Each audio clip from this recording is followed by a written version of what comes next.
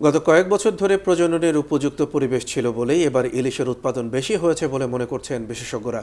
তারা বলছেন এই পরিবেশ ধরে রাখা না গেলে দেশের নদীগুলোতে কমে যাবে ইলিশের বিতরণ। তাই নদীর নাব্য ঠিক রাখা ও নদী দূষণ ঠেকানোর আহ্বান জানিয়েছেন ইলিশ বিশেষজ্ঞরা। আরও জানাচ্ছেন হাবিব রহমান। দেশের উপকূলীয় অঞ্চলগুলোই ইলিশের মূল বিচরণ ক্ষেত্র। মানব সৃষ্ট নানা কারণে দেশের নদীগুলোতে কমছে পানি প্রবাহ, উপকূলে বাড়ছে লবণাক্ততা। গবেষকরা জানান, ইলিশের চলাচল গভীর পানিতে, কিন্তু প্রতি বছর প্রায় ১২০ কোটি টন পলি জমে কমে যাচ্ছে নদীর গভীরতা, আর এতেই হুমকির মুখে পড়ছে ইলিশের বিচরণ ক্ষেত্র।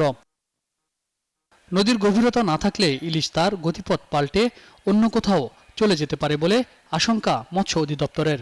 ইলিশের মাইগ্রেটরি চ্যানেলের একটা অন্যতম চ্যানেল হচ্ছে আন্দারমানিক চ্যানেল, আমার শাহবাজপুর চ্যানেল।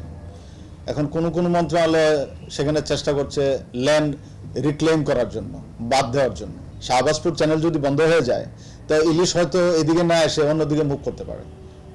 ইলিশ হয়তো আপনার ভারতের দিকে চলে যেতে পারে, মিয়ানমারের দিকে চলে যেতে পারে। এই কর্মকর্তা জানান, ইলিশের সবচেয়ে বড় প্রজনন ক্ষেত্র শাহবাজপুর চ্যানেল। এই চ্যানেলটি খনন করতে বলা হলেও তাতে সাড়া মেলেনি। শাহবাজপুর চ্যানেল, আন্দারমানিক চ্যানেল, এগুলা যাতে দ্রুত ক্যাপিটাল ড্রেজিং করা হয়। পানি সম্পদ মন্ত্রণালয়কে অনুরোধ করেছি, আমরা 1 বছর হয়ে গেছে, এখন পর্যন্ত কোনো উদ্যোগ হয়নি। আদারওয়াইজ আপনার এই চ্যানেলগুলোতে আমাদের মাছের যে মাইগ্রেশন ব্রিডিং পিরিয়ডে, এটা ব্যাহত হতে পারে।